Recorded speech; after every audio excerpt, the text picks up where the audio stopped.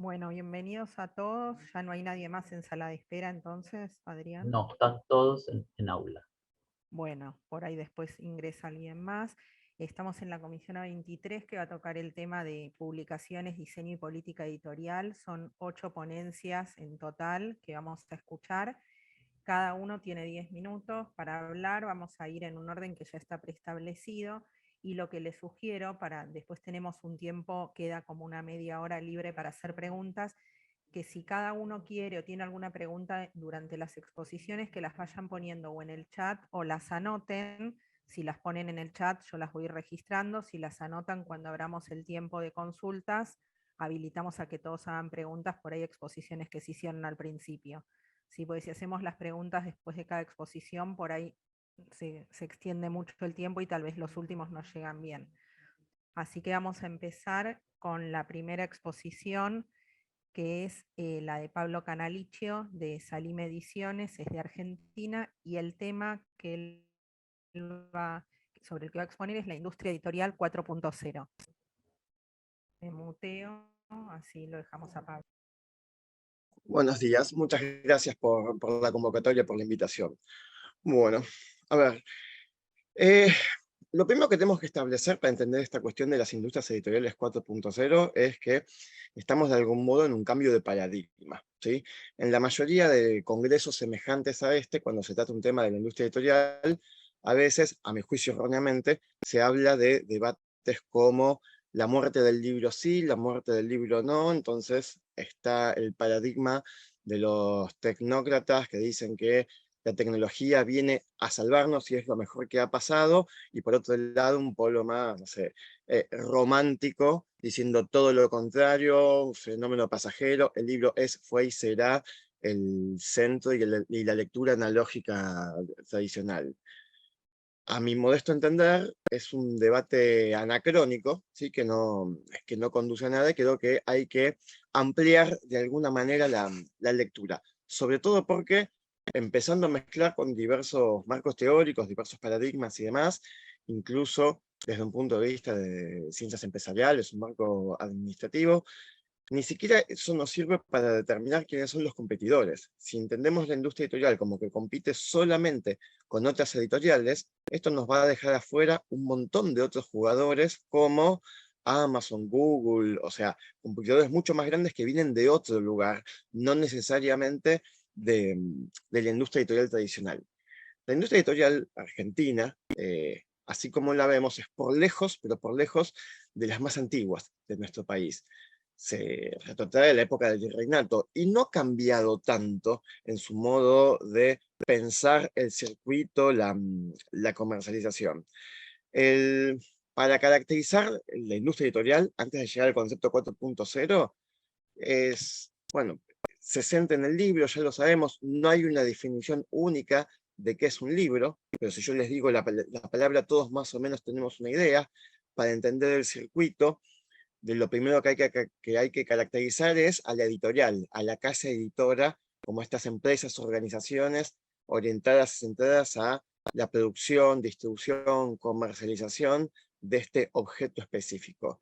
Pero acá nos encontramos con que el libro específicamente tiene algunas características, o sea, tiene una doble significación, por un lado como mercancía, como un objeto comercializable, pero también como un bien simbólico. Acá estoy citando un montón de autores y demás, entonces donde sí o sí va a estar en esta tensión. O sea, la propia industria editorial se inscribe dentro de las industrias culturales que están atravesadas por esta lógica, por esta tensión entre los polos cultural, comercial, más industrial, para un lado, para el otro, donde hay como distintas marcaciones para ver el éxito o no éxito de esta publicación. Ya saben que en el polo comercial, por así decirlo, el éxito capaz que está atado al volumen de venta, a la velocidad, a la facturación. En cambio, cuando nos vamos más al polo cultural, tiene que ver con un capital simbólico, como se lo determina. Entonces, la acumulación de capital simbólico va por otro lado, e incluso a veces contrapuesta. Capaz que el éxito comercial uno le suena de alguna manera a que no necesariamente es un libro que que tienen verdadero capital simbólico en este sentido. Es interesante para encuadrar de alguna manera el debate. Ahora, ¿por qué llamo el título de esta ponencia Industria Editorial 4.0? Porque voy a hablar un poco del presente y de alguna manera la tendencia y tratar de adelantarnos a escenarios futuros que se vienen.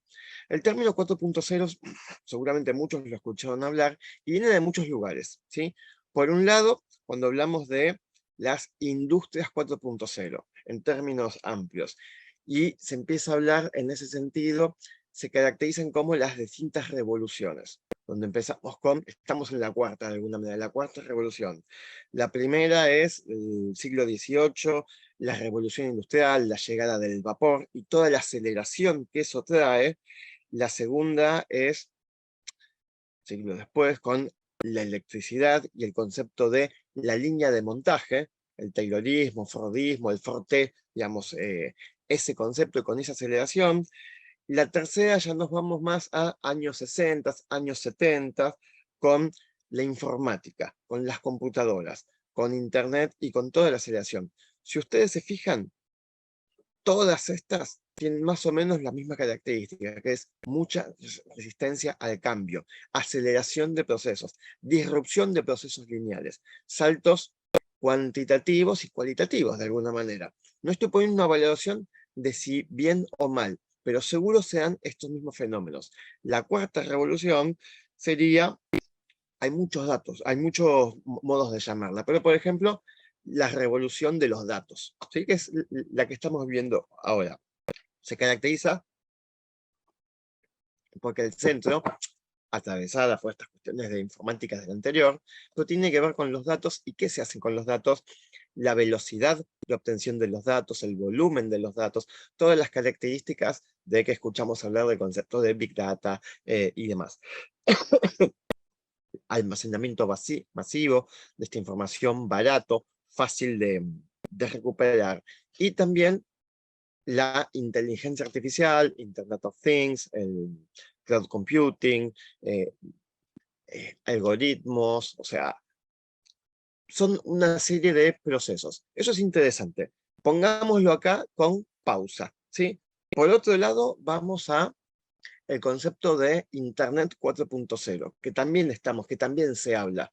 Cuando hablamos de Internet, también hay una versión primera de Internet 1.0, que es la primerísima en sus inicios, la web 1.0, es sobre todo catálogos de cuestiones online unidireccionales, de alguna manera.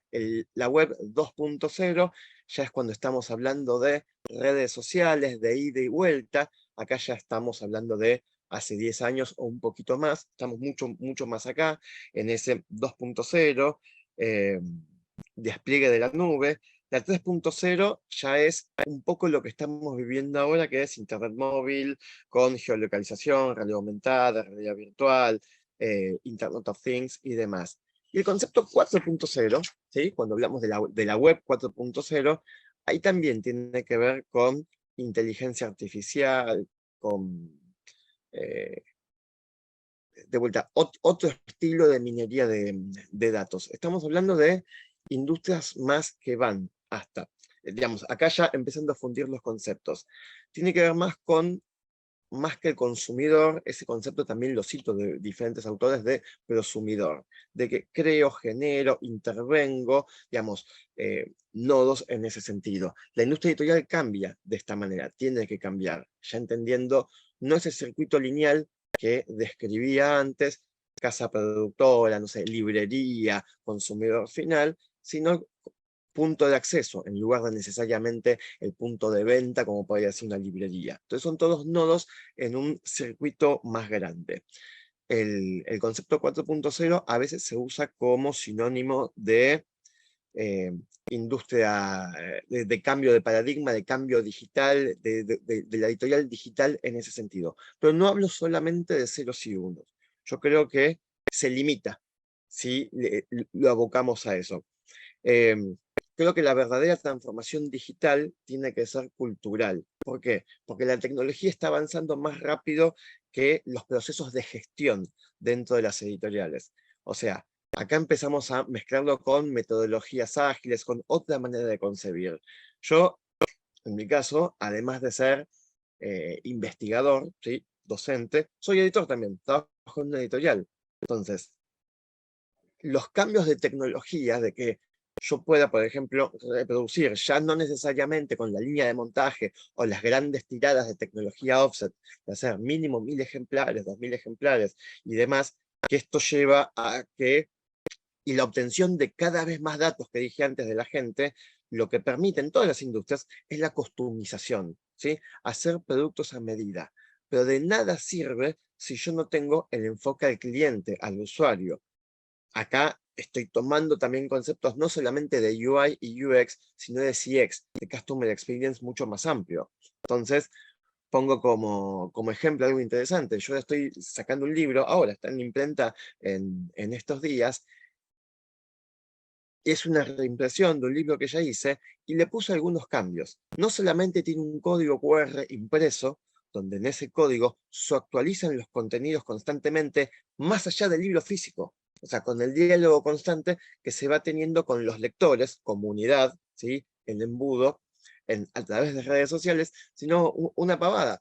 Tiene típico, libro, tapa, contratapa, solapa con la foto del autor. La autora se acaba de teñir el pelo, entonces tenía una caricatura en la solapa y le cambiamos el color del pelo. ¿Por qué? Porque hoy el lector pide, exige, demanda, tiene ganas de ver eso, porque es la misma interacción que hace en la red social. Ya no es solamente el circuito que empieza como la ideación del libro, la producción, la distribución, la venta, y ahí termina el proceso, sino que en realidad es mucho más amplio. Termina en el consumo, lo que va viendo después. Entonces, la industria 4.0, la industria editorial 4.0, se tiene que caracterizar por tomar estos puntos y tener como foco el diálogo, la interacción con los consumidores, ¿sí? Así que eso, estoy abierto para preguntas después cuando termine. Muchas gracias. Bueno, gracias, Pablo. Tiempo exacto. Bueno, muy interesante. Fíjate que en el chat Félix te hizo una pregunta, si querés léela, para después cuando abrimos el momento del debate ya la vas viendo. Bueno, la siguiente ponencia es para Solana Berti, de Veo Branding Company, también de Argentina, y ella va a hablar sobre fanzines de autor, autopublicación y práctica colectiva. Hola, ¿cómo están? Bueno, gracias, Débora. Gracias por también este espacio para hacer esta presentación.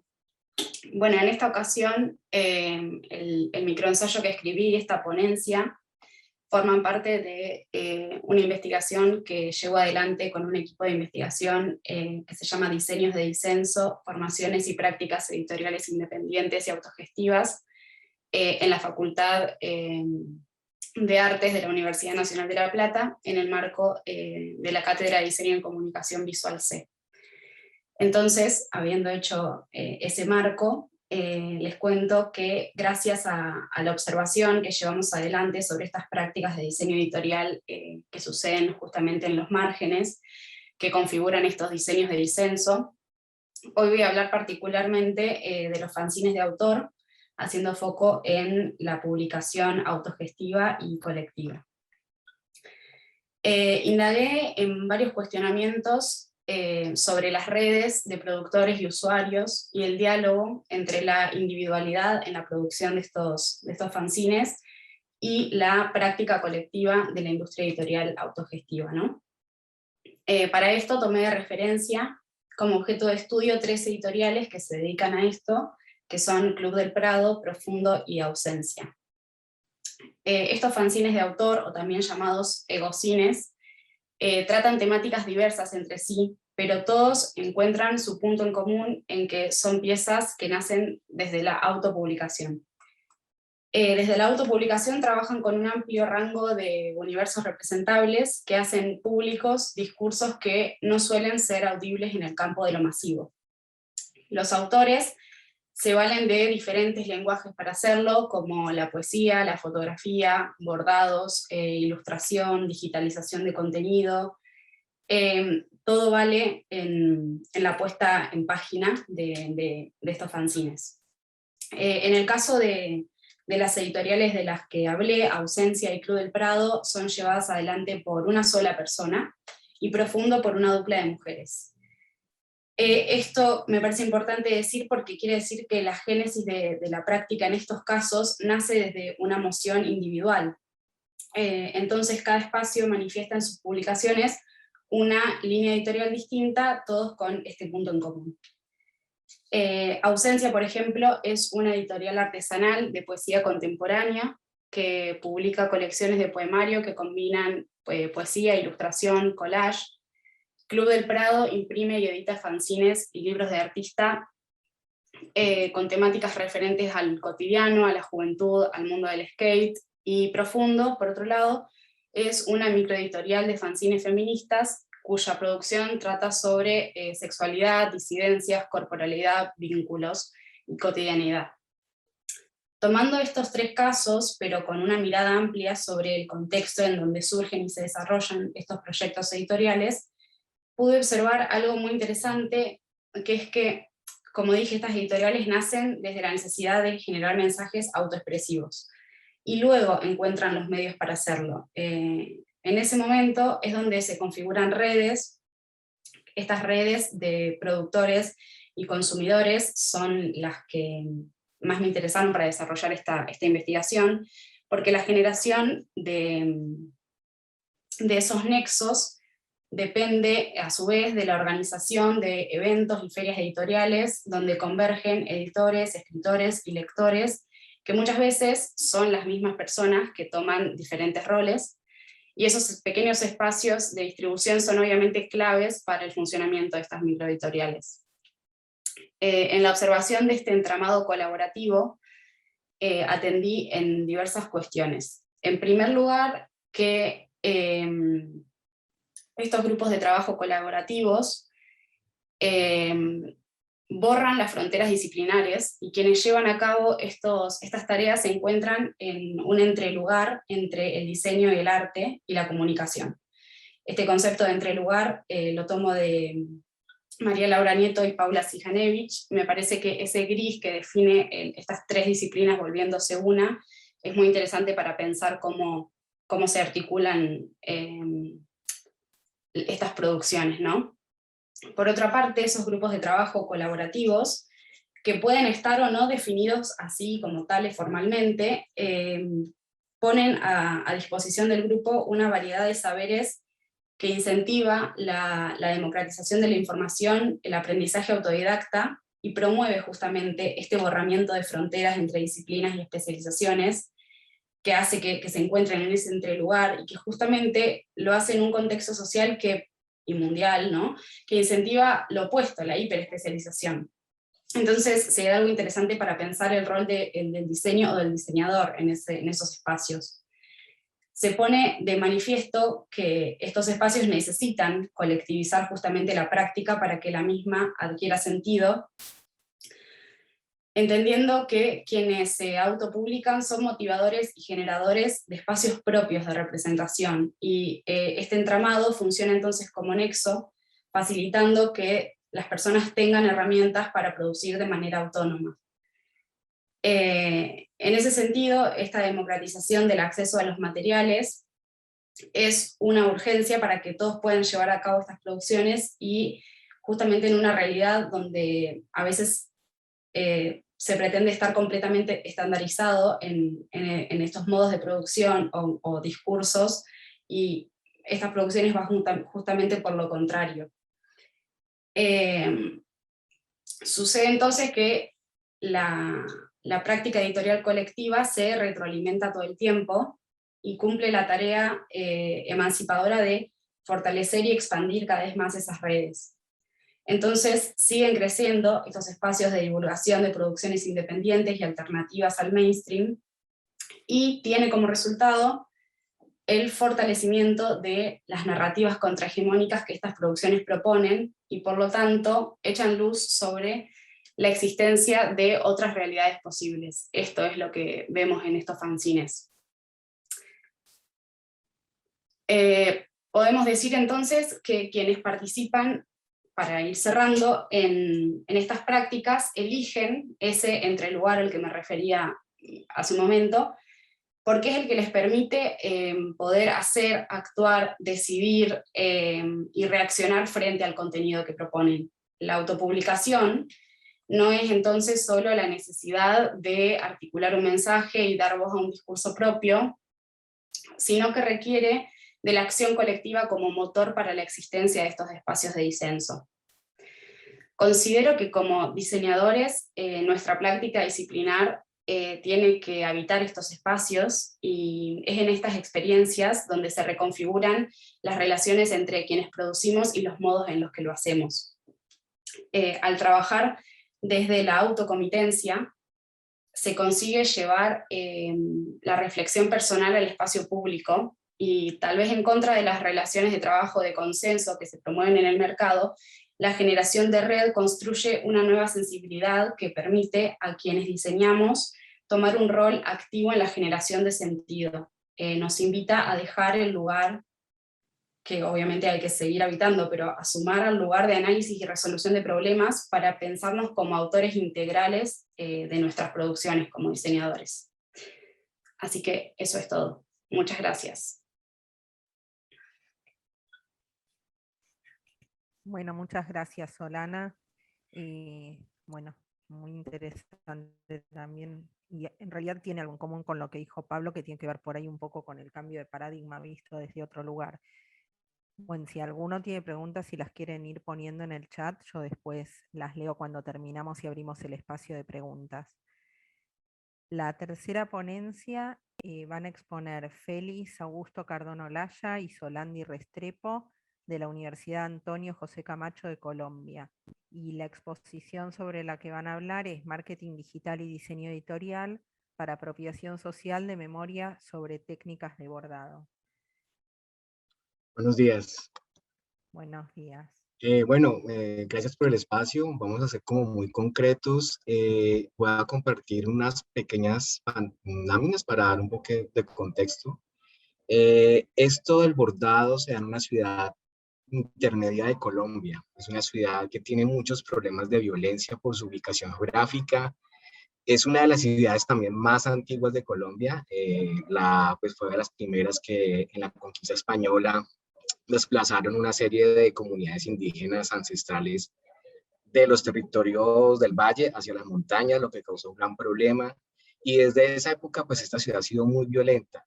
Y digamos que eso hizo que pues digamos que en la colonización, en la conquista española, los españoles se inquistaran acá en este territorio por la riqueza del mismo, y trajeron el bordado como una costumbre de ellos, que era más como una especie de pasatiempo, pero ese pasatiempo pasó a las poblaciones criollas y esclavas, y esas poblaciones lo volvieron como un estilo de trabajo, un oficio. Esto hace que, pues, digamos, la necesidad de rescatar el bordado sea muy imperiosa en este momento, debido a que, pues, digamos, hay una corte generacional entre las personas que consideran este bordado como una tradición y los que, pues, digamos, no encuentran en él una fuente de trabajo. Entonces hemos hecho un trabajo interinstitucional con universidades de aquí de Santiago de Cali, en esta ciudad, que queda a 3 horas de camino por carretera, y hemos integrado a los estudiantes de los programas de comunicación, diseño visual y diseño de modas para trabajar en poder hacer que las nuevas generaciones conozcan esta tradición del bordado y lo contemplen como una posibilidad que implique que ellos no abandonen el territorio, porque pues también ese territorio, por todos los problemas que tiene, es uno de los territorios que más migración tiene hacia afuera. Entonces, digamos, hemos encontrado estos 4 problemas: la falta de transmisión intergeneracional debido a lo que, por ejemplo, a lo que hemos hablado en las 2 anteriores, y es los cambios de paradigma. Entonces, el bordado, al igual que el libro, pues, digamos, no encuentra nuevos formatos para llegar a la gente joven. Tampoco hay un reconocimiento económico equitativo frente al trabajo, ¿sí? También mucha gente, por el problema que es de tradición española, eso no lo encuentra como una identidad cultural colombiana. Sin embargo, hemos encontrado que hay muchos elementos estéticos de diseño que podrían hacer que este bordado colombiano tenga una diferenciación frente a otros tipos de bordados y potencializar eso. Y tampoco hay un apoyo institucional para la construcción de la memoria colectiva de este oficio. Entonces, estos problemas que hemos encontrado, pues digamos, los trabajamos con una asociación de bordadoras que se llama Bordando Mi Futuro. Y todo esto es ¿por qué? Porque, digamos, hemos encontrado en los productos editoriales una posibilidad para lograr que este tipo de bordado, digamos, encuentre o podamos solucionar en parte esos problemas. Otra de las cosas que, pues, digamos, es muy interesante y triste al mismo tiempo es que uno de los sectores que más se afectó fue el bordado por el COVID-19, debido a que en Cartago, pues, la gente llegaba, los turistas, el turismo masivo, llegaba en buses a Cartago, los turistas se bajaban y en la calle del bordado, en donde todo el mundo, pues, en donde había locales comerciales donde se hacían bordados, los turistas compraban. Sin embargo, por el COVID-19 esto se paralizó completamente, entonces de 32 empresas quedaron solo 12, de 21 locales comerciales solo quedaron 11, y el promedio de bordadoras que hoy en día trabajan es de 54 años, ya están casi en edad de retiro y no hay generaciones nuevas que, digamos, traten de ocupar esos espacios. Y pues hemos encontrado aquí, pues digamos, Solandi, que está por ahí, hemos encontrado que haciendo un trabajo con la comunidad, ¿sí? La comunidad misma pide como material para que ellos puedan conocer de ese bordado, que no sea, pues digamos, o que apoye el proceso de las bordadoras, ¿sí? Y pues digamos, ahí el mundo editorial es el que estamos tratando de diseñar.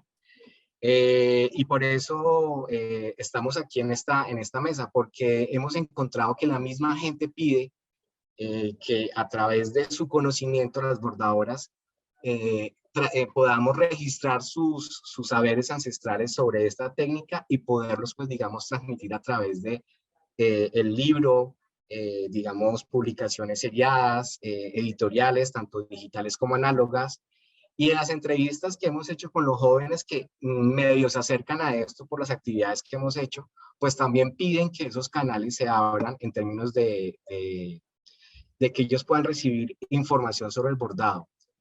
Este fue un trabajo que hemos hecho mancomunadamente con las bordadoras, con estudiantes de varios programas, de varias universidades, y la idea es empezar a generar productos. Y por ejemplo, ahora no sé, con lo que acabo de hablar de Solana, los fanzines podrían ser una posibilidad en términos de ser muy rápido y de pronto coger elementos de cada una de las bordadoras, porque además las bordadoras son muy diferentes. Desde lo que hemos trabajado, pues Solandi, no sé si está allí, pueda compartir lo que estamos haciendo en este momento, que está, digamos, en una gestión con la comunidad para que la comunidad lo apruebe y podamos generar una cartilla que lleve las técnicas de estos bordados a las nuevas generaciones. Entonces estamos tratando de darles como ese tipo de elementos. También hablando mucho de lo que hablaba Carlos al principio de la 4.0, en donde, por ejemplo, ya el libro como tal, la cartilla, no se vea como un elemento análogo, sino que permita transmisión a través de los elementos de los canales digitales. Entonces, aquí está la cartilla, sin prejuicio a la tradición. Estamos tratando de darle como elementos que combinen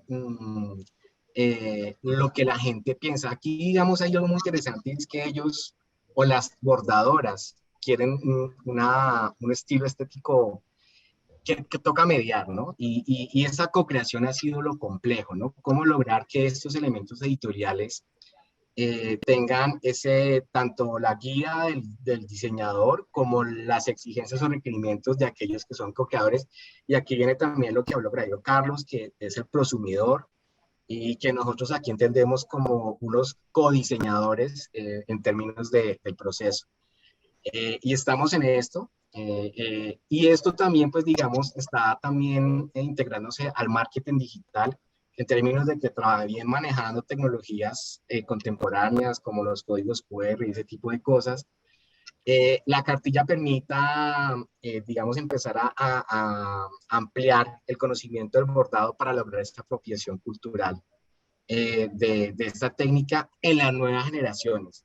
Entonces es un trabajo que, pues digamos, implica el diseño en términos sociales, en términos territoriales, pero también nos exige a nosotros empezar a comprender esas nuevas estéticas, o no esas nuevas estéticas, sino esas estéticas que a veces no vemos porque no están dentro de las tendencias o no están dentro del mundo académico, sino que pertenecen a eso que la comunidad siente y expresa a través de sus diferentes medios. En este caso, un oficio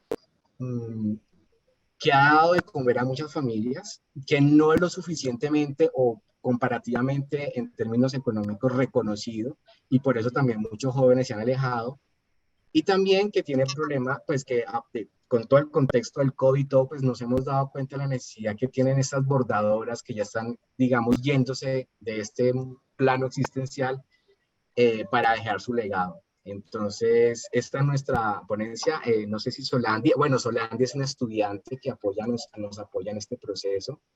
Es estudiante de diseño visual de la Camacho. Y ella, pues digamos, hemos encontrado con ella que una de las posibilidades es empezar a generar esta cartilla con la ayuda de las bordadoras para que ellas mismas puedan transmitirlo y que también, pues digamos, los jóvenes de allá de Cartago empiecen a contemplar al bordado como una posibilidad de desarrollar sus proyectos de vida en el territorio, que no haya desarraigo y que pues posiblemente podamos hacer que este oficio no se pierda en esa ciudad, sabiendo que, por ejemplo, el bordado en otros contextos, me imagino que en el mismo Buenos Aires o en Bogotá, se ha dado el bordado como ahorita es como un pasatiempo para muchos profesionales, ¿cierto? Pero no se contempla como una posibilidad de subsistencia, pero eso lo dejo ahí. No sé si Solandi tenga algo que decir y pues muchas gracias por su atención. Pues en el minuto que me queda, mencionó que pues, la cartilla y el proceso de marketing es dirigido a los jóvenes, a la nueva generación de Cartago, debido a que cuando estaba en el semillero y fue a investigar con mi compañero de tesis, que no pudo asistir por problemas laborales, por personales laborales, estuvimos en un proceso, entrevistamos a un grupo llamado Bordadorcitos, nos mencionaron que no había publicidad, que ahorita los jóvenes tienen nuevos intereses, por ejemplo, en las redes sociales, en convivir más con otros, la vida social. Entonces, ver una tradición nos vuelve como ese pensamiento de es algo antiguo y ¿para qué nos sirve? Entonces, la idea es poder llegar a ellos con una estrategia que hagan que se conecten e identifiquen con nuestra marca, que es sin prejuicios a la tradición. Y es muy bonita y esperamos poder seguirla avanzando aún más en esto, porque es importante. O sea, creo que la tradición que tienen, algunas tradiciones que tiene Colombia son muy bonitas, la verdad, y han apoyado mucho la historia de lo que hoy es el país. Gracias. Bueno, muchas gracias. En definitiva, lo que están proponiendo es cuidar el patrimonio cultural, relacionándolo con el marketing, con la actualidad, pero es cuidar la cultura, ¿no? Sí, sí, pero pues digamos aquí el formato libro o el formato o lo editorial empieza a ser muy importante en términos de lo que la misma gente pide. Claro. Bueno, seguimos con la siguiente ponencia que la va a dar Diego Alexander García Gaviria, Franklin Molano Gaona y Lisa Catalina Trujillo Giraldo, de la Fundación Universidad del Área Andina, también de Colombia, y van a hablar sobre Dosis, revista digital interactiva, el rol del comunicador audiovisual y digital en el campo editorial.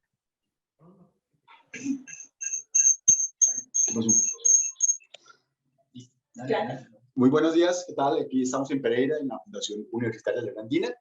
Un cordial saludo, estamos los profes Diego, Elisa y yo, Franklin Molano.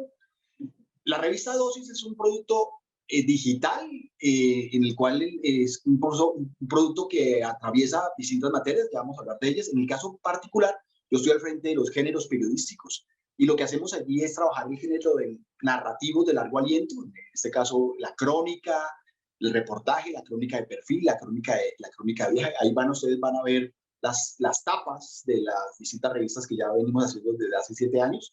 En el caso puntual, como les decía, hacemos escritura, en el caso de mi clase de géneros periodísticos, hacemos crónicas, trabajo de campo, acercamiento con las fuentes, mucho trabajo con los testimonios, datos duros y puros.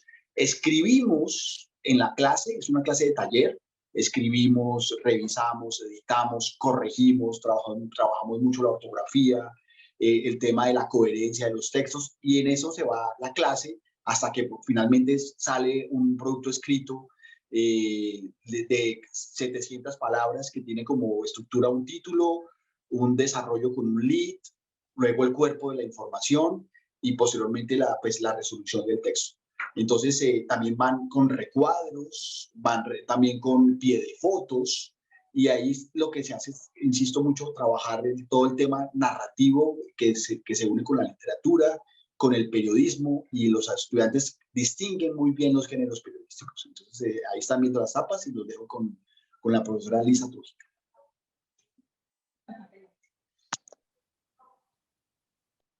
Hola. Listo, buenos días. Bueno, como les decía el profe Frank, ¿me escuchan? ¿Aló, me escuchan? Sí.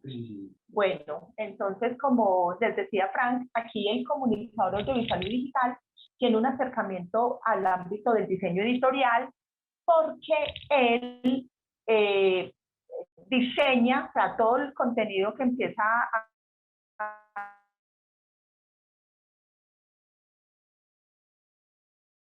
agregado también en la revista, es que ellos diseñan su revista en InDesign y aprenden o aplican pues todo lo de retículas, portada, jerarquía de texto, cómo diagramar los pie de fotos, como decía el profe, tener esa relación de texto-imagen, los destacados, las columnas pues de texto, ¿cierto? Todo, tablas de contenido. Entonces tienen ese acercamiento con la diagramación editorial en el programa InDesign, pero más que tener esa diagramación de textos e imágenes, también la tienen con contenidos de expansión que el profesor Diego pues va a contar de qué se trata y cómo funciona pues aquí esto en la publicación. Gracias. Bueno, ahí ya me escuchan, ¿cierto? Bueno, este ejercicio es un ejercicio muy bonito que venimos desarrollando hace mucho rato, como dicen nuestros compañeros, los profes. Es un ejercicio que, además de contemplar todo el tema escrito, todo el tema editorial de diagramación, es un ejercicio que se complementa con algo que nosotros hemos llamado los contenidos de expansión. Un contenido de expansión son todos aquellos elementos o todos aquellos productos transmediales que nos permitan precisamente tener una expansión o nos permitan tener una continuación de esos proyectos, o más bien de esa información que puede quedarse por fuera del texto. Muchas veces, como los textos dentro de una publicación editorial son limitados, se limitan muchas veces a un determinado número de palabras, hay cantidades de informaciones que se nos quedan por fuera. Entonces, estos contenidos de expansión van desde una imagen hasta videos, pueden ser incluso reels, elementos de animación, y todos estos elementos complementan el proceso precisamente de información que se da dentro de la plataforma, o más bien dentro del producto editorial. Nosotros semestralmente, dependiendo del número de estudiantes que tengamos, es el número de ediciones que salimos o ediciones que sacamos. Aprovecho para decir que en el chat dejé el link para que consulten algunas de las revistas. Acá, si ustedes miran, ingresan a esta página y pueden darle clic a cualquiera de las tapas y ahí pues van a darse cuenta del proceso que tenemos. La plataforma que utilizamos para la visualización es una plataforma llamada Umac, en la cual precisamente nos permite a nosotros enlazar desde YouTube o desde cualquier otro lugar estos contenidos de expansión. Entonces tenemos el texto diagramado desde cero en InDesign, exportado en PDF, teniendo en cuenta que dentro de esa diagramación, luego en la plataforma final que es Umac, se van a albergar todos estos contenidos. Entonces, ahí es donde radica precisamente la importancia del comunicador audiovisual dentro del mundo editorial. Ahorita lo decía el compañero al principio, la primera ponencia, hay que romper un paradigma, hay que cambiar un paradigma, y el mundo editorial está cambiando constantemente, y uno de esos cambios precisamente lo está dando la transmedialidad, y el comunicador audiovisual dentro de su quehacer audiovisual puede aportarle demasiado, desde lo que nosotros hemos llamado contenidos de expansión a el mundo editorial, precisamente permitiendo que este universo sea mucho más grande y sea mucho más expandido y nos permita precisamente tener unos contenidos muchísimo más fuertes y muchísimo más grandes, haciendo uso pues de todo lo que hoy por hoy la web 4.0, incluso por ahí escuché hace días de la 5.0, nos puede permitir tener. Entonces, básicamente esto es la revista digital Dosis y el rol que tiene el comunicador audiovisual y digital dentro del mundo editorial. Gracias. Muchas gracias a todos. Gracias por estar acá. Bueno, muchas gracias. El link ahí lo pusieron en el chat para que podamos entrar todos. Bueno, la siguiente exposición la va a dar Luz Ángeles García Rojas y Pablo Sánchez de la Universidad Autónoma de Occidente de Colombia. Y la propuesta se llama Tándem, una propuesta interdisciplinar para la apropiación de saberes específicos del diseño editorial. Bueno, buenos días. Buenos días, buenas tardes. Hola, buenos días a todos y buenas tardes también. Bueno, pues vamos a darle como paso a nuestra propuesta. Esta se llama Tándem, una propuesta interdisciplinar para la apropiación de saberes específicos del diseño editorial. Nosotros somos profesores de la Universidad Autónoma de Occidente. Mi nombre es Pablo Andrés Sánchez y con mi compañera Luz Ángela García. Luz Ángela. Bueno, buenos días, buenas tardes. Mi nombre es Luz Ángela García. Soy profesora de la Facultad de Humanidades y Artes de la Universidad Autónoma de Occidente. Soy magíster en Lingüística y Español y trabajo específicamente en el área de formación humanística de nuestra universidad. Bueno, yo soy Pablo Andrés Sánchez, soy diseñador gráfico de formación y me encarreté en una maestría en diseño editorial de la Universidad Nahuatl del DF. Nosotros somos profesores de la Universidad Autónoma de Occidente, una universidad de carácter privado, ¿listo? Hacemos parte de la Facultad de Humanidades y Artes y cada uno de nosotros pertenece a un núcleo diferente. Y en ese momento entonces Luz Ángela va a empezar a hacer la explicación. Bueno, entonces nosotros venimos a comentarles un poco una experiencia que desarrollamos este semestre que acaba de terminar en un curso específico del profesor Pablo Andrés y lo basamos en una estrategia que desde la Universidad Autónoma se impulsó en la política curricular del 2009 y es una estrategia denominada Tándem en la que se trabaja las competencias comunicativas de manera transversal en toda la universidad, entendiendo pues los distintos niveles de formación, desde pregrado hasta posgrado, y reconociendo pues que la lectura y la escritura implica aprender códigos disciplinares, formas de pensar, maneras de argumentar específicas de unas áreas de conocimiento. Esto se enmarca en una propuesta anglosajona que se llama Writing Across the Curriculum y Writing in the Disciplines, y esta perspectiva lo que nos habla es que las personas nos apropiamos del conocimiento y logramos aproximarnos a esa construcción de conocimiento disciplinar, dado que la lectura y la escritura median ese proceso de manera muy acertada en los diferentes escenarios. El asunto es que se concibe en muchas universidades que la lectura y la escritura son prácticas genéricas y nosotros lo que consideramos desde la política curricular en la autónoma es que son prácticas socialmente situadas, que requieren de intencionalidades, que están en constante evolución y por lo tanto cuando llegamos a un curso como es el curso del profesor Pablo que está enfocado en diseño editorial, nos damos cuenta que la lectura y la escritura pues cumplen esa función epistémica de construcción de conocimiento y se ubican muy bien en el trabajo que el profesor desarrolla. Entonces, en este sentido, el tándem es como estas bicicletas en las que pueden pedalear dos o tres personas, y eso implica que esta propuesta la desarrollamos pues de manera conjunta el profesor y yo. Bien, en la iniciativa del tándem lo que uno tiene que buscar es generar un diálogo, y en este caso el diálogo se genera entre dos saberes especiales. El de la profe Luz Ángela García es todo en el área del lenguaje, que tiene una experticia en la reflexión lingüística y discursiva, y en mi caso, mi dominio disciplinar está enfocado en el área del diseño editorial. Esta propuesta se centra en el desarrollo de la asignatura de taller 3, es el taller enfocado en el diseño editorial, cuyo objetivo es el de integrar los aspectos históricos, morfológicos, gráficos, técnicos, semánticos y funcionales de ese lenguaje bimedia y la diagramación. Todo esto para darle respuestas como acertadas a problemas muy específicos de índole editorial.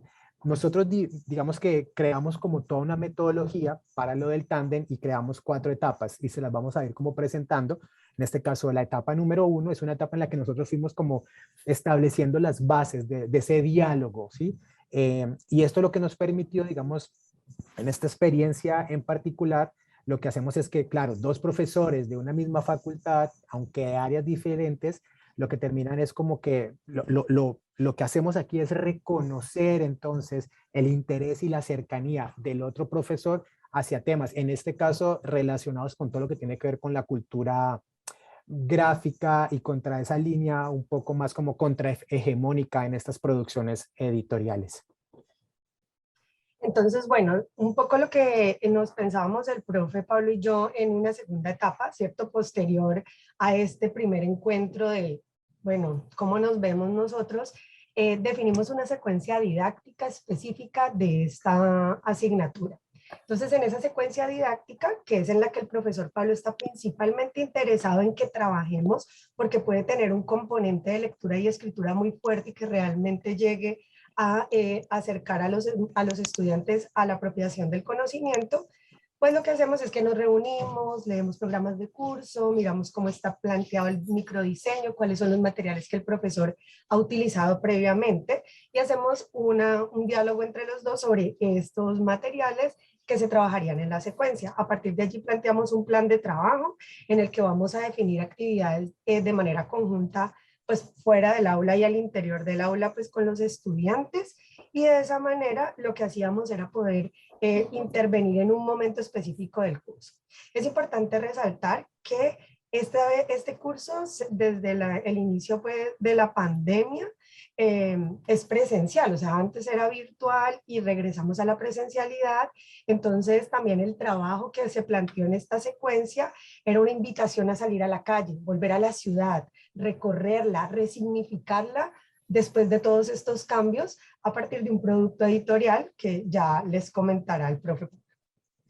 Ok, y damos inicio entonces a lo que fue la etapa 3, y es la etapa de puesta en acción, de todo lo que fueron las pedagogías y las didácticas pues planeadas, lo que terminamos de organizar. Aquí lo que es importante resaltar es que todo esto se llevó a cabo en medio de las últimas 4 unidades del contenido. La unidad 3 es la unidad como en donde nos enfocamos en lo que es la metodología proyectual, articulada pues a este mundo editorial, y la unidad 4 es, digamos, el título de esta unidad son los diferentes géneros editoriales y sus variables, pues, esto es en la asignatura.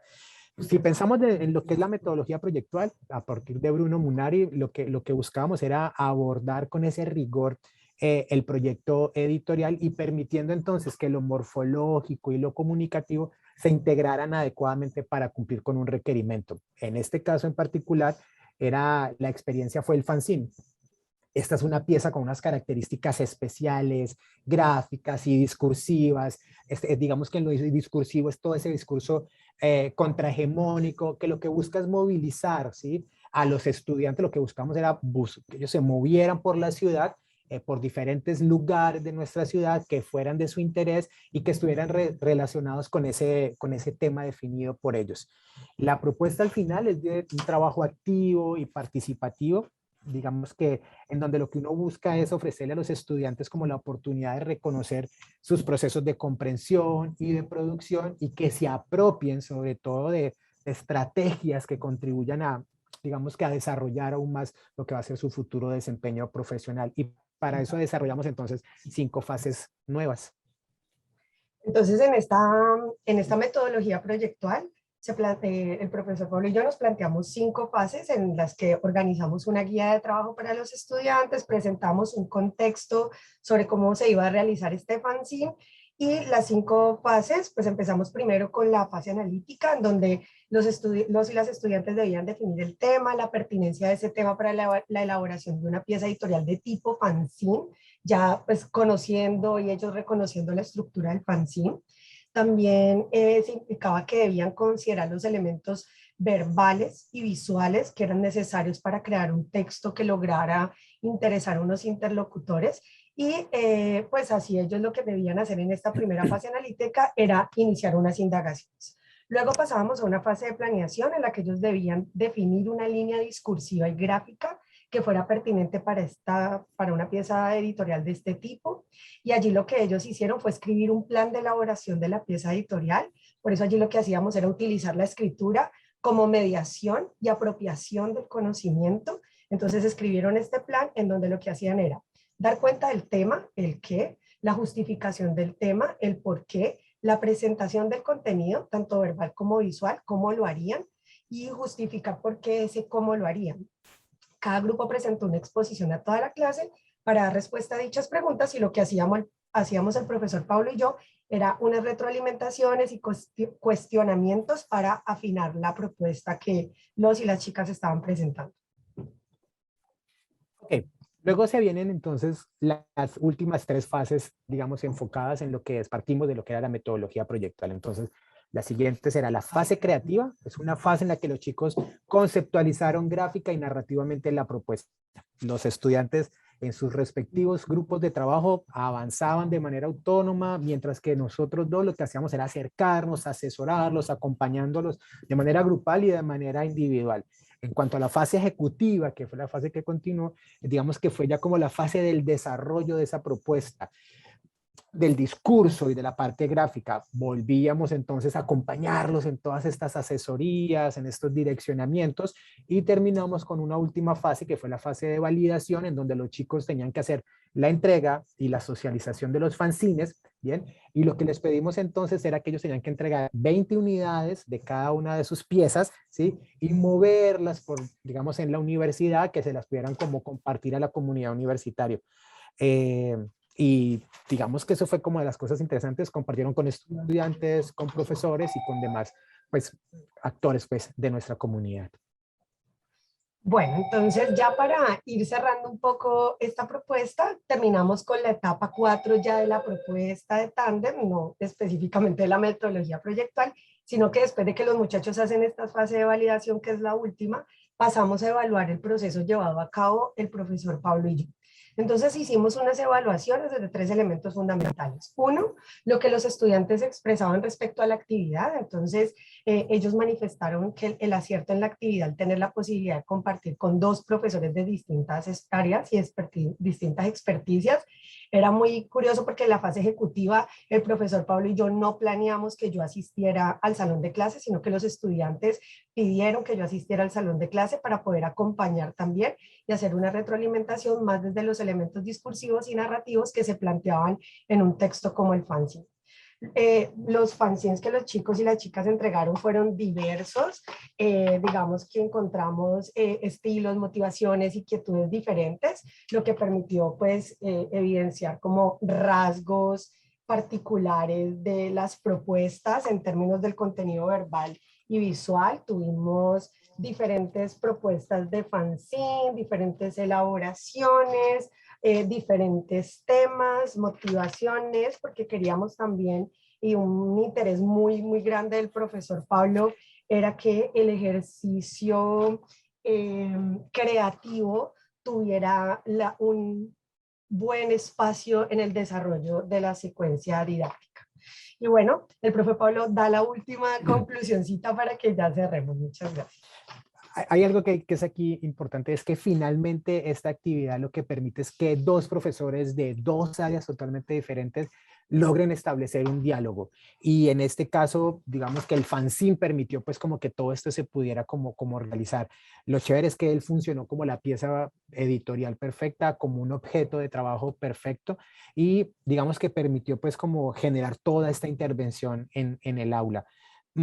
Esto permitió también que todo el trabajo se centrara en la transformación de los imaginarios de los estudiantes de diseño, sobre todo frente a la lectura y la escritura como habilidades genéricas, y sobre todo en estas prácticas sociales y culturales en donde ese lenguaje verbal y no verbal pues permiten que uno a veces no solo se apropie del conocimiento, sino sobre todo de poder construirlo. Regresar a la presencialidad realmente lo que permitió fue que esta propuesta se pusiera en marcha en 2 grupos de la misma asignatura, y eso fue súper agradable, súper valioso. Tanto nosotros como profesores, como los chicos, los estudiantes, digamos, la idea de poder encontrarnos nuevamente en el salón de clase, promovieron, digamos, mejor esas asesorías, esos acompañamientos, la retroalimentación, el cuestionamiento de las propias decisiones, de cómo estaban componiendo. Eso fue como de lo más agradable que pudo como suceder. Ok, de todas formas es importante resaltar algo, que para poder llevar a cabo esta metodología, esta experiencia, es necesario pensar que los profes que participan necesitan tiempo. Nosotros tuvimos que destinar más o menos 2 horas, de 2 a 6 horas, digamos, a la semana para poder desarrollar bien la secuencia, para poder organizar bien cada una de las partecitas, para poder, digamos, conversar sobre los productos, asesorar lo que estábamos haciendo. Bien, todo esto fue súper especial para poder hacer pues que la ejecución fuera perfecta. Y digamos que el ejercicio no solamente pasaba por lo disciplinar, sino que también tenía que pasar por ese saber pedagógico. Y bueno, muchísimas gracias por habernos prestado su atención y haber estado con nosotros. Gracias. Bueno, muchas gracias. El tiempo se pasó un poquito, pero estaban súper entusiasmados contando toda la experiencia. Bueno, ahí fíjense que les hicieron una pregunta para ver, que igual ustedes mostraron en cámara algunos Sí. ejemplos, pero por ahí tienen algún link para mandar también. Lo que pasa es que como pedimos la publicación análoga, lo que hicimos luego es que se repartieron con los estudiantes de la universidad, y en un medio que se reproduce pues aquí en la ciudad, que se llama La Chaza de Rosas, pedimos a los estudiantes que dejaran allí para que fueran, pues se movieran fuera de la universidad, pero de manera digital no los tenemos. Bueno, no más que nada por la pregunta que preguntaban. Igual algunos lo fueron mostrando así en cámara. Bueno, el siguiente expositor es Nicole Gouveia y Gustavo Curcio de Brasil son, y la ponencia sobre la que van a hablar es un ejercicio de un proyecto, un libro interactivo, una experiencia de diseño y salud mental. Ahí está, Nicole. Buenos días. Boa tarde, buenos dias. Infelizmente eu vou falar em português. Boa tarde, prazer em conhecer vocês. O meu projeto, ele fez parte de um projeto de trabalho de conclusão do curso em design, e que ele consiste, né, no desenvolvimento de um livro interativo, tanto a produção quanto os testes com alguns usuários desse livro interativo, e a temática dele é com a saúde mental. Ele é focado nessa temática. Primeiramente, gostaria de falar a inspiração para esse projeto vem do trabalho da psiquiatra Nise da Silveira, foi uma psiquiatra brasileira que atuou muito no século passado com a humanização do tratamento psiquiátrico, e ela incluía dentro do seu trabalho atividades artísticas com seus pacientes. Então, eles faziam obras de arte, esculturas e outros desenhos, o que complementava o tratamento deles. O trabalho dela ocorreu principalmente com pacientes esquizofrênicos, né? E aí eu me inspirei nessa ideia para produzir um livro que pudesse guiar as pessoas para elas também produzirem seus próprios desenhos voltados nesse tema, né, da saúde mental. Então, esse livro, ele segue uma narrativa de autoconhecimento, onde cada dia ele tem uma frase, uma pergunta, e a pessoa teria que refletir sobre esse tema e desenhar no livro algo relacionado. E no final ela teria um livro ilustrado, né? Ela teria um livro completo, com seus próprios desenhos produzidos. Eu vou tentar compartilhar a tela aqui, peraí. Como é que faz? Eu não sei compartilhar a tela. Peraí. Eu não vou conseguir. Mas enfim, aqui, consegui. Desktop. Tá. Como é que vai aqui? Foi? Compartilhar. Preferir sistema CD. Zoom. Pronto.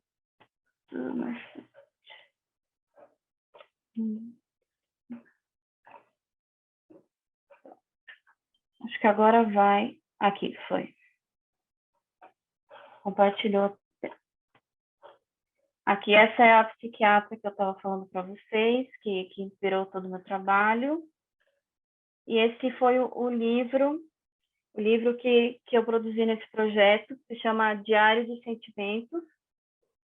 E nesse livro tem frases que guiariam essa produção artística de cada usuário.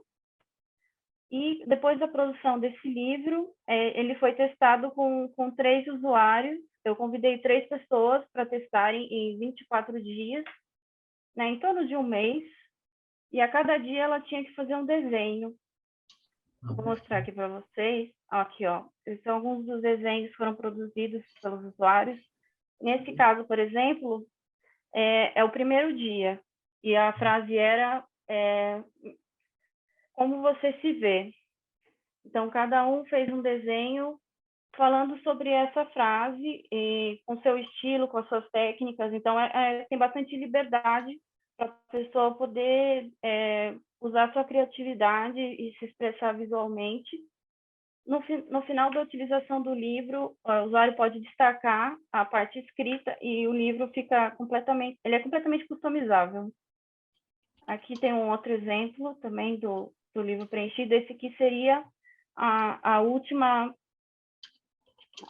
frase, a 24, que é meu autorretrato também. E esse projeto ele possibilitou, né, tanto a produção, né, artística dos usuários, como também uma análise das imagens que foram produzidas, das simbologias das imagens, que conecta com essa temática da saúde mental, que foram utilizados alguns conhecimentos tanto de composição, quanto de simbologia, semiologia, para poder analisar e fazer um comparativo entre os resultados dos usuários. Com relação ao projeto em si, as expectativas assim foram completamente atingidas, né? O livro conseguiu ser produzido, os testes realizados, porém, para expandir, né, o projeto no futuro, seria interessante expandir o tempo de testes, né, porque 24 dias foi um tempo curto, como também expandir a quantidade de usuários de faixas etárias diferentes, de backgrounds diferentes, se tem ou não alguma formação artística, até porque os usuários que eu escolhi, eles ou fizeram artes ou design, então eles conseguiam fazer, né, desenhos um pouco mais complexos. E, deixa eu ver, acho que é isso. Obrigada.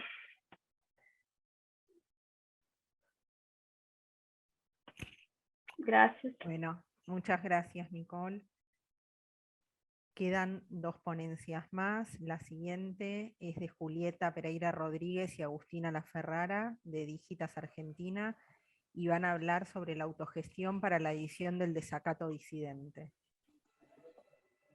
Bien, bueno, buenos días, buenas tardes, según corresponda.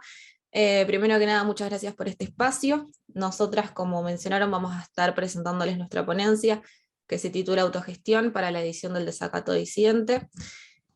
También como nuestra compañera Solana, que presentó una de las primeras ponencias del día, también formamos parte de este proyecto de investigación de diseños del disenso, enmarcado en la Facultad de Artes de la UNLP.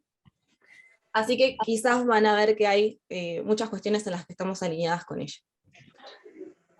Nosotros vamos a abordar 3 puntos principales en relación a estas editoriales independientes que les vamos a mencionar, que son el cooperativismo, las temáticas disidentes y la revalorización de los procesos. Nosotros tomamos como referencia 3 editoriales que son Madreselva, Milena Cacerola y EKT, que si bien difieren en algunos aspectos organizativos, tienen en común esta elección del cooperativismo como método de gestión para llevar adelante sus producciones. Entendiendo que estamos en un contexto que se vislumbra cada vez más abstruso, con mayor incertidumbre, las editoriales independientes y autogestivas buscan emerger con fuerza y adquieren en ese intento cada vez mayor presencia, ¿no? Dando lugar de esta forma a aquellas voces invisibilizadas por ser contrahegemónicas. Es evidente también que enfrentamos una nueva realidad de comunicación, también como mencionaron algunos compañeros anteriormente, que se encuentra diversificada en cuanto a distintos códigos y formatos, por lo cual resulta imposible ignorar la desigualdad en la configuración de nuestro sistema, no tanto desde lo sociológico como de lo productivo. De ahí surge esta necesidad de unir lazos y de generar redes para poder facilitar el trabajo editorial en comunidad, entendiendo este método como un modelo de producción superador, tanto para la creación de ejemplares, como para la organización y participación en eventos, ya sean ferias y festivales, que permitan la difusión y el consumo de estas ediciones a los usuarios interesados y nuevos adeptos. Mencionando un poco las palabras de Winnick y Rey, que son 2 referentes de una de estas editoriales que estamos analizando, podemos decir que la idea de lo independiente viene vinculado además con las lógicas diferenciales de consumo, donde el registro autónomo y autogestivo involucra a las editoriales desde un lugar político de desarrollo en red, donde hay una aspiración de horizontalizar las prácticas, de desplegar nuevos contenidos en la diversidad. En todos estos casos de estas editoriales que estamos analizando, la situación se evidencia desde diversas aristas. Por un lado, esta edición en colaboración que veníamos mencionando, entendiendo las posibilidades y los recursos de cada una, con la finalidad de lograr una pieza gráfica de calidad y acorde al contenido de cada edición. Y por otro lado también está la participación en ferias independientes y festivales, que además estas entidades también han ido ocupando un lugar en eventos de mayor alcance, como por ejemplo la Feria Internacional del Libro. Siempre los altos costos para participar en estos espacios más masivos han sido un limitante durante muchos años, pero no un determinante para estas editoriales que fueron buscando la manera de hacerse un lugar ahí. Este es el caso, por ejemplo, de Madreselva, una de las que mencionábamos, que este último año se presentó en la feria en un stand junto a otras 10 editoriales independientes más. Y lo mismo pasa con Milena Cacerola y EKT, que forman parte del espacio Todo Libro es Político, junto a otras 10 o 15 editoriales más también. Durante este año, aparte, no solo participaron con sus stands, sino que también ocuparon espacios de charlas y presentaciones, lo cual es súper importante para poder visibilizar este trabajo y estas voces disidentes a las que le dan lugar en sus ediciones. Podemos decir entonces que la participación en estos espacios masivos es de suma importancia, ya que personas de todo el país convergen en dichos eventos, ¿no? Y siendo conscientes de la dificultad a veces que se le presentan a estas editoriales para poder difundir su trabajo y poder llevarlo quizás al interior del país. Y además estos espacios también dan la posibilidad de alzar la voz en favor a estas narrativas contrahegemónicas y dar lugar a estas voces invisibilizadas durante tanto tiempo. Ahí les cedo la palabra a Agus. Buenas tardes a todos y a todas. Entonces, siguiendo con lo que dice mi compañera, podemos decir que de este proceso de revalorización editorial nace el libro como objeto de arte, ¿no? Tanto analógico como digital, siendo en este último caso el digital un eslabón muy importante para democratizar la información, ¿no? Y la información la difusión, perdón, de la información, que en algunos casos el formato del libro físico, por sus costos de producción, no está permitiendo. Entonces, los miembros de esta cadena productiva se hacen y deshacen en diferentes funciones, en un espacio de organización horizontal, como decíamos anteriormente, de intercambio, de creación colectiva, donde lo importante no es la búsqueda de un diseño sistemático, institucional o empresarial, sino la creación de una pieza especial, única, que es el resultado del trabajo en grupo, ¿no? Del consenso, del diálogo entre distintos miembros ajenos al grupo editorial que la desarrolla. En relación a esto vamos a citar a Matías Reck, que es miembro de Milena Cacerola, que expresa que trabajamos junto al autor, le sacamos el misterio a lo que hay detrás de un libro, cómo se maqueta, cómo se diseña, cómo se trabaja con la imprenta y cómo se distribuye. Bien, entonces así como el cooperativismo, en este caso editorial, nos invita a repensar nuevas formas de producción y de vinculación entre sus productores, también nos propone reflexionar acerca de temáticas que hasta ahora no tuvieron lugar de importancia, ¿no? En nuestras agendas, en nuestros calendarios. Entonces, estos nuevos modos nos incitan a generarnos preguntas, ¿no? A incomodarnos, a resolver preguntas también que posiblemente en la brevedad no tengan respuesta porque no estamos en un proceso de pensar en todas estas cuestiones contrahegemónicas. Y bueno, muchas veces estos temas tienen que ver con ideas fosilizadas por el consenso, muchas veces antidemocráticos, de la hegemonía, y también puede echar luz a sectores sociales que hasta no hace mucho estuvieron o todavía están invisibilizados con la condena del imperialismo en lo que refiere a lo sexual, lo cultural, lo corporal, lo estético, lo ideológico y también lo capacitista. Entonces podemos decir que la función de las editoriales independientes aparece en principio como la de garantizar la visibilización de la diversidad, no solo para asegurar un espacio para la expresión de las producciones locales, que escapan al perfil, ¿no?, que vemos de los productos internacionales, sino también la de abrir o la de preservar un espacio para la pluralidad de las manifestaciones culturales, que escapan a lo estandarizado, ¿no?, del imperialismo cultural al que hacemos mención. Podemos tomar entonces 3 puntos de partida como claves para analizar esta problemática en profundidad, que son las redes que teje la forma nueva de producción cooperativista y horizontal, las temáticas disidentes que mencionábamos y contrahegemónicas que tratan en sus ediciones, y la revalorización de los procesos de edición del libro como objeto artístico.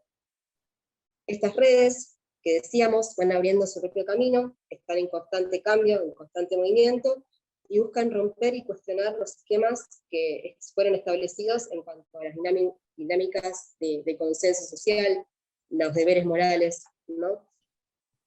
Y bien, entonces las preguntas que nos podemos hacer al respecto son algunas de estas que vamos a mencionar ahora, que es cómo se gestan estas redes, cómo construimos las condiciones para que crezcan estos espacios de cooperativismo autogestivo.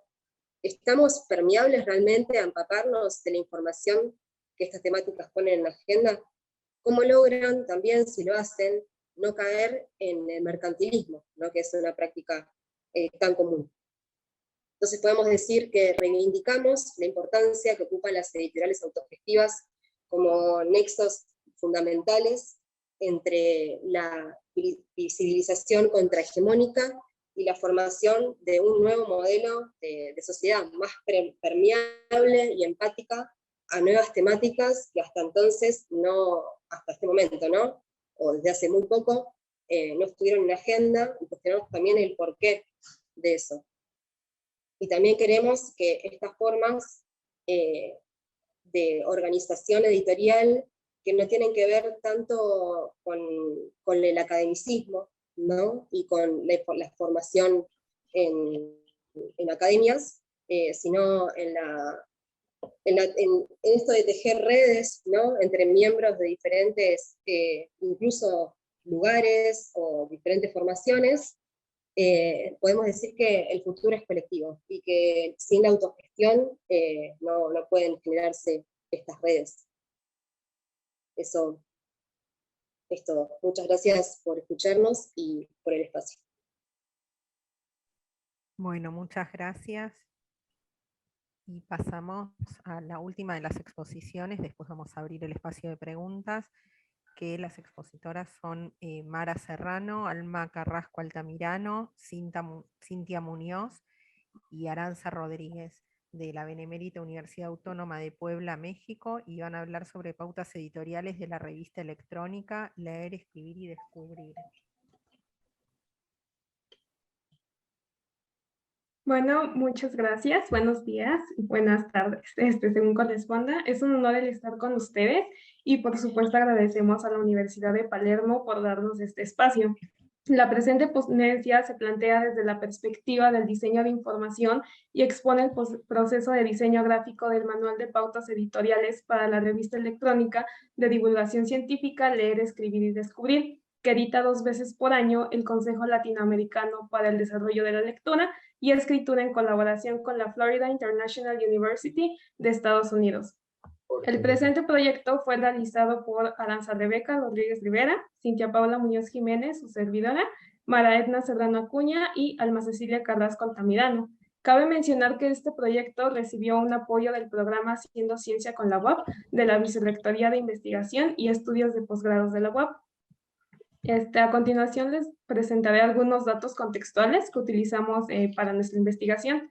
De acuerdo con el informe de seguimiento de la educación en el mundo realizado en 2017, aunque la mayoría de los países de Latinoamérica pasaron de un nivel de desarrollo humano de medio a alto, los datos actualizados del Instituto de Estadísticas de la UNESCO reflejan que la proporción de las y los niños y adolescentes que carecen de los niveles mínimos de competencias en lectura es de 52% en América Latina y el Caribe. Gran parte del desafío deriva de la relación entre la educación y la falta de recursos de la población, haciendo que les sea imposible acceder al servicio básico.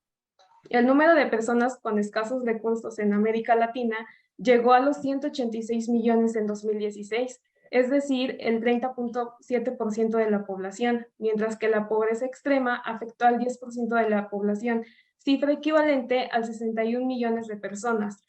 Es por eso que las revistas de divulgación científica son uno de los principales canales de difusión en los resultados de la investigación. Es por eso que existen proyectos regionales de gran importancia que fungen como bibliotecas electrónicas en línea y ofrecen acceso abierto al texto de artículos pertenecientes a un aproximado de 822 revistas científicas. Entre ellas se encuentran Scientific Electronic Library Online, CICELO, a la red de revistas científicas de América Latina y el Caribe, España y Portugal, Redalic. Y bueno, de acuerdo con estos datos obtenidos por CICELO, en total son 10 de las revistas latinoamericanas de divulgación científica que están indizadas en Scopus. De ellas, 7 están en CICELO, 4 están en DOAC y solo 3 en Redalic. Cabe mencionar que la inclusión de una revista en base de datos no asegura el incremento del prestigio. Buen día y buena tarde a todas y todos. Bueno, al pensar en un producto editorial, la calidad de la publicación se define en 2 aspectos, el contenido y la forma. En cuanto al contenido, será el consejo editorial y el consejo científico los encargados de determinar si cumplen con las normas establecidas. En un artículo de investigación de la bibliotecología de CICELO se habla sobre los aspectos para el desarrollo de una revista científica digital. Algunas de las características que mencionan es la definición del tipo de revista que se va a producir, el perfil, su corte o sello, es decir, si es un journal, un magazine, un newsletter, y detallar las secciones que podrán existir en la revista, establecer el alcance, la cobertura, el límite de temáticas que ésta va a contener. Por otro lado, se encuentra lo referente a la forma, que es aquello que nos concierne un poco más como diseñadores. Existen lineamientos en guías y manuales de pautas editoriales, que también son conocidos como manuales de estilo, que se enfocan en la correcta transmisión gráfica de la información otorgada por los autores de los artículos a publicar. De acuerdo con Martínez de Sousa, un manual de estilo no es un documento dogmático, es práctico. Es un código o herramienta que compila los criterios y preferencias de una editorial o la institución que publica la información. Además, procura la transmisión visual del mensaje, facilita la comunicación entre editores, autores, correctores de estilo y cada persona involucrada en un proceso editorial. Para ejemplificar los beneficios e importancia del uso del manual de pautas editoriales, trabajamos de la mano con la revista electrónica Leer, Escribir y Descubrir, siendo apoyadas por colaboradoras de la misma. Y bueno, le doy la palabra a mi compañera para que les hable un poco más de esta notable revista. Y bueno, es por eso que la revista electrónica Leer, Escribir y Descubrir es una publicación que se realiza 2 veces al año por parte de la dirección del Comité Latinoamericano para el Desarrollo de la Lectura y Escritura en Colaboración de la Florida International University, en la que se publican artículos de carácter científico en idioma español y portugués sin la finalidad de lucro. Dentro de estos artículos que se publican en la revista, se pueden encontrar estudios que llevan a cabo el método científico en cuestiones de lectura, escritura y experiencias pedagógicas para enseñar a leer y escribir. También se encuentran casos exitosos de estrategias didácticas. Todos estos temas se encuentran albergados en 5 grandes secciones de la revista. Estas son investigación y ensayos, desde la experiencia, reseñas, una mirada desde las bibliotecas y otros aportes. Y bueno, para la realización del manual de pautas de la revista, seguimos un método híbrido que parte de la metodología sistemática de Arkerby y un método proyectual que parte de Bruno Munari. Como resultado, nuestra metodología se conformó por 8 pasos, los cuales son la definición del problema, los elementos del problema, la obtención de datos relevantes, el análisis y síntesis de estos datos para generar propuestas de diseño, el desarrollo de prototipos, ejecutamos estudios y experimentos que validaran el diseño, generamos modelos y dimos solución. Bueno, nuestra solución gráfica dio como resultado 2 productos.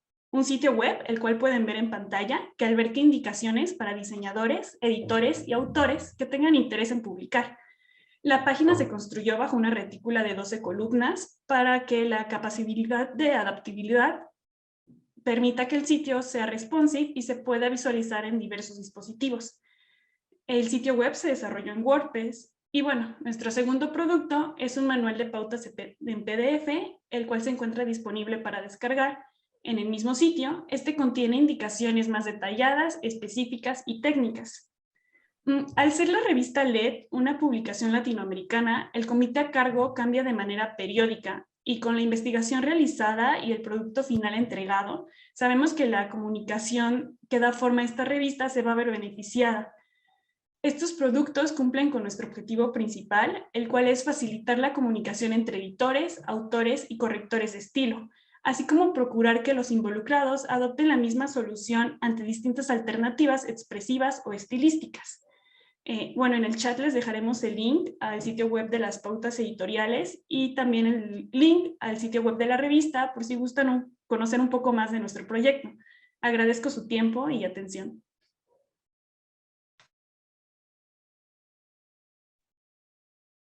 Bueno, muchas gracias.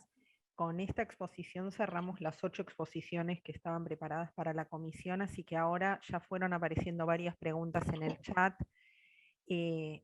No sé, Adrián, si las querés copiar todas juntas o si las vamos buscando.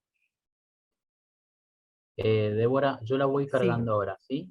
Bueno, una aclaración. El primer expositor, Pablo, que ya tenía una pregunta, se tuvo que retirar, que me avisó por chat privado, así que no sé si contestó en privado, creo que Félix había hecho una pregunta, no sé si te contestó en privado. Bueno, él se tuvo que retirar de la comisión. Así que seguimos con las preguntas que aparecieron después. Ahora Adrián las va a ir copiando todas.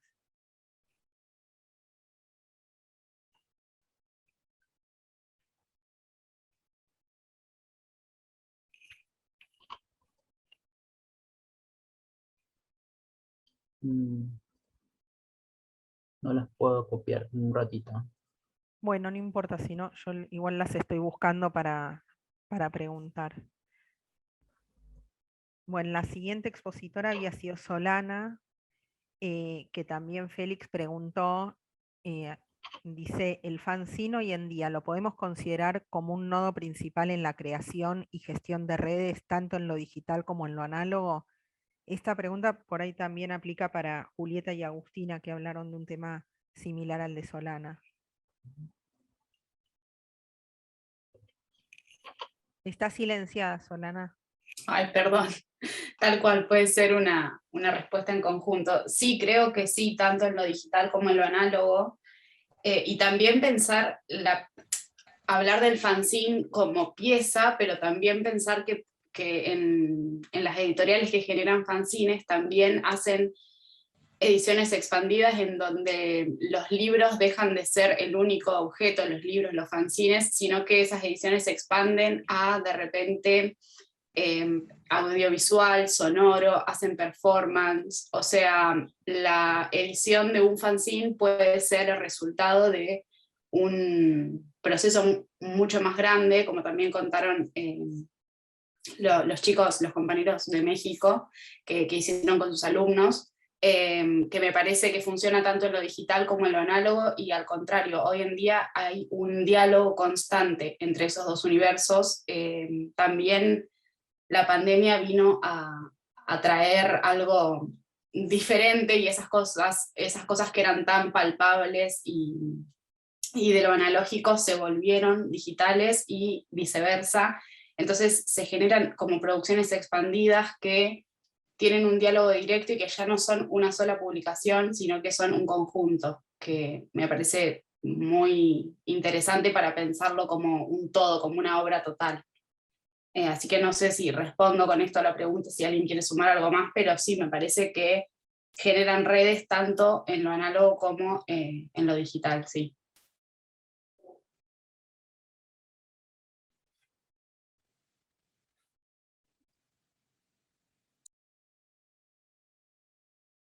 Estás muteada, Débora. Ay, perdón, en vez de desmutearme, me muteé. ¿Y Julieta o Agustina quieren agregar algo más a lo que dijo Solana? Sí, quizás, bueno, adherir a todo lo que ella dijo y quizás mencionar también la importancia de que se encuentre dentro de lo digital, ¿no? Es como, dentro del contexto que estamos, es clave esa presencia también para la difusión, para poder visibilizar todas estas temáticas, poder difundirlo, llegar a más personas, y eso también influye mucho en estos formatos, ¿no? Cómo van variando, como decía Soli. Eso quizás también tiene un poco de relación con otra pregunta que vi abajo que nos dejaron, en cuanto a si había algún patrón, quizás desde lo gráfico, o algún carácter visual en común entre todas estas editoriales, y quizás también por esta cuestión de lo digital, lo análogo, y por la particularidad de cada pieza en relación a su contenido y al autor, quizás no hay tantas cosas en común o un patrón en común en estas editoriales, sino que va variando también por los integrantes y las partes que integran esos procesos, que también van variando en cada una de estas piezas. Entonces ahí creo que ahí está lo rico, aparte de toda esta cuestión de los fanzines y de lo autogestivo. Creo, perdón, para sumar una cosa, que el patrón no es tanto visual, sino es de producción. O sea, no como un patrón de producción producción en serie, sino como se van contagiando los modos de hacer más que las formas visuales de esas producciones. Y eso es lo interesante. Creo que está sucediendo eso en Argentina, y supongo que en Latinoamérica con una fuerza muy grande e interesante. Bueno, muy bien, seguimos con las preguntas. Después, no sé si vieron Félix y Solandi, que Victoria les hizo como una sugerencia por el tema, ellos hablaban de alguna forma del cuidado del patrimonio cultural, era el tema de los bordados, de toda la investigación que habían hecho sobre los bordados, y les hicieron una sugerencia de la temática, no sé si lo leyeron. Y después también hay una pregunta para Félix y Solandi, de Solana, que dice, justamente en los fanzines que nombré, bueno, en realidad más que una pregunta, les pasaste como que te Un excelente respondieron. dato. Sí, les pasó un dato. Muchas gracias, que me Solana, muy interesante. De Ausencia Editora.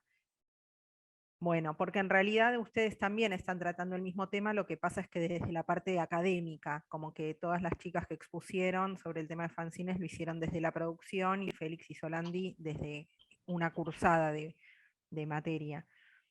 Perdón, desde un bordado. Los que lo hicieron también desde la cursada son Luz y Pablo, perdón, que hablaron de algo parecido, pero desde el momento de la producción o desde lo académico. A ver, Félix también hizo una pregunta para los profesores de la UAO que dice, bueno, esto ya lo contestaron, que no tenían algo digital, lo respondieron antes.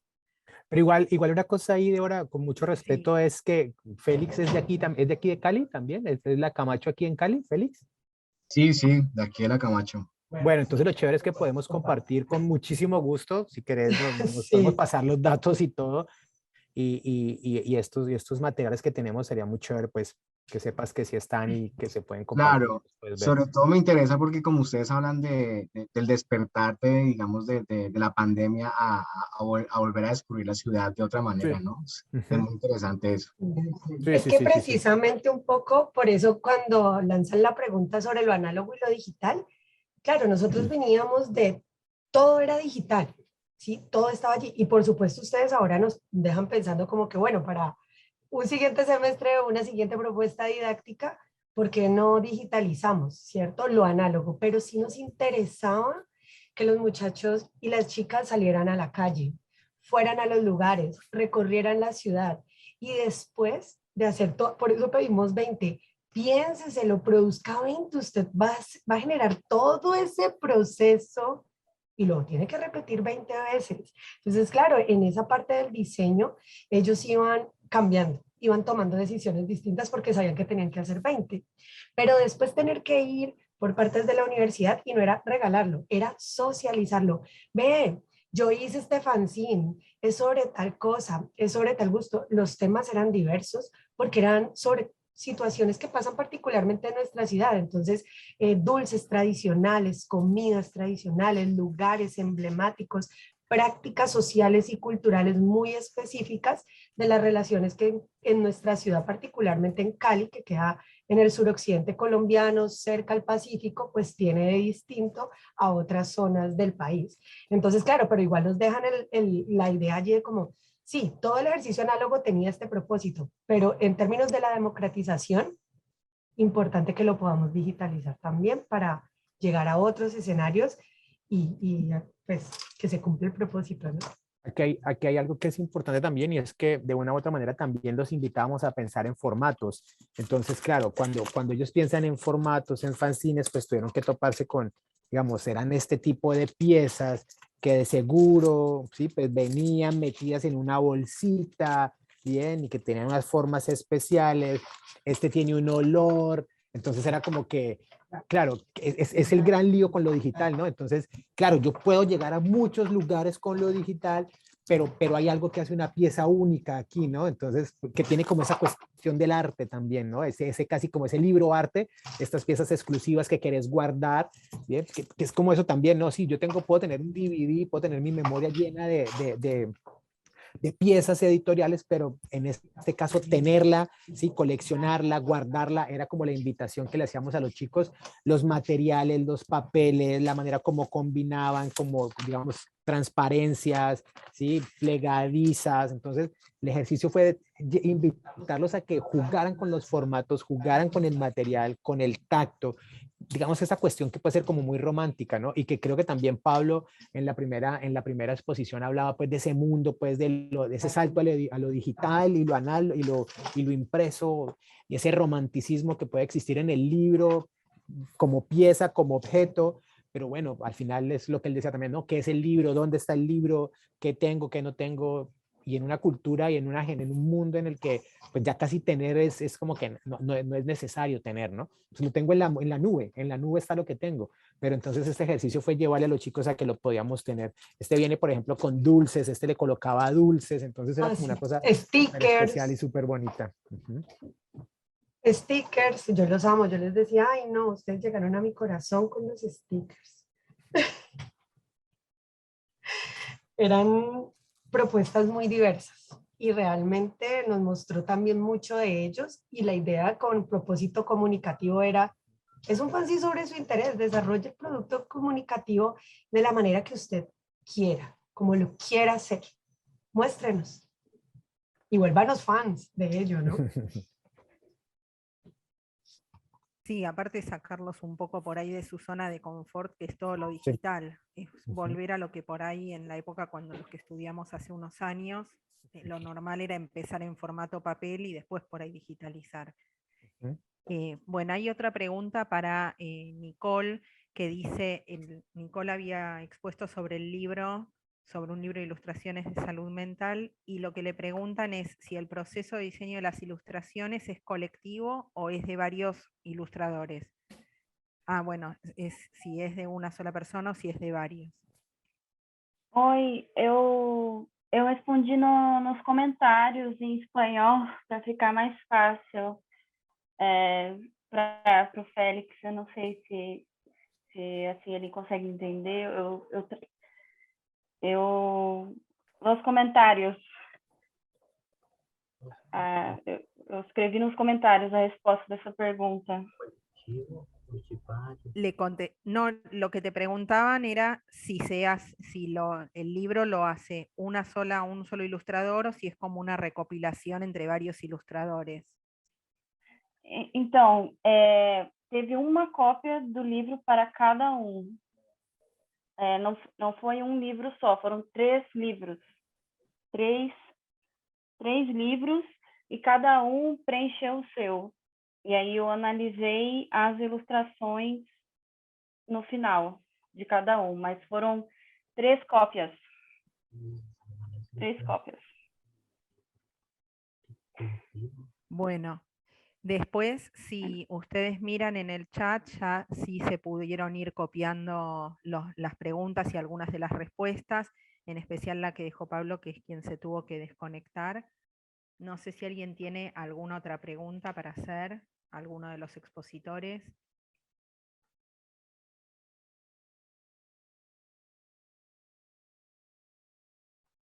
Bueno, yo una observación que hice, no sé si entre todas las exposiciones, si bien todos tenían en común el tema del mundo editorial, y en lo editorial uno lo relaciona con lo masivo, y más en la era de la globalidad, en casi todas las exposiciones, no en todas, pero en la mayoría se habló mucho de volver como a la cosa más individual, de volver bueno, en algunos casos hasta con el tema del bordado, de lo más artesanal, las pequeñas editoriales, como que de alguna forma hay una convivencia entre lo masivo que plantea el mundo editorial y la individualidad de tratar temáticas diferentes, de hacer proyectos académicos diferentes, de volver de alguna manera a lo personal, a lo más personal o lo más individual. Eso me parece que fue un tema que desde distintos puntos de vista, pero que fue atravesando la mayoría de las ponencias. No sé si alguien quiere hacer alguna pregunta antes de cerrar. Los que querían, por ahí aprovechen el chat, los chicos que querían intercambiar información para quedar en contacto después, por ahí ya lo hicieron de manera privada. Bueno, si no hay más preguntas, muchas gracias a todos los que participaron, a los que vinieron también para escuchar la comisión. Muy interesantes todas las ponencias, muchos dejaron links para entrar a investigar un poquito más. Bueno, gracias a todos por la participación. Muchas gracias. Gracias a ustedes. Gracias a todos. Gracias, feliz día. Gracias, hasta luego. Adiós, buen día para todos.